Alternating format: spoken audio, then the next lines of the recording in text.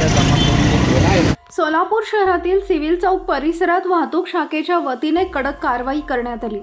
शासनाने दिलेल्या नियमानुसार वाहन न चालवणाऱ्यावर दंडात्मक कारवाई होत आहे। विना license triple seat mobile talking जोरात आवाज करणारे बुलेटचे सायलेन्सर वाहतूक शाखेने जप्त केले। या कारवाईमुळे वाहन चालवणाऱ्यांनी शिस्त पाळावी आणि आपली कागदपत्र आपल्यासोबत ठेवावी। सोलापूर शहर वाहतूक शाखा असे आवाहन नेहमीच वेगवेगळ्या माध्यमातून करत आहे। यावेळी उपस्थित पोलीस निरीक्षक Ghanaji Shingade sir, API Anil Rajguru, PSI Nagesh, PSI Hotkar आणि सर्व वाहतूक शाखेचे अंमलदार उपस्थित होते।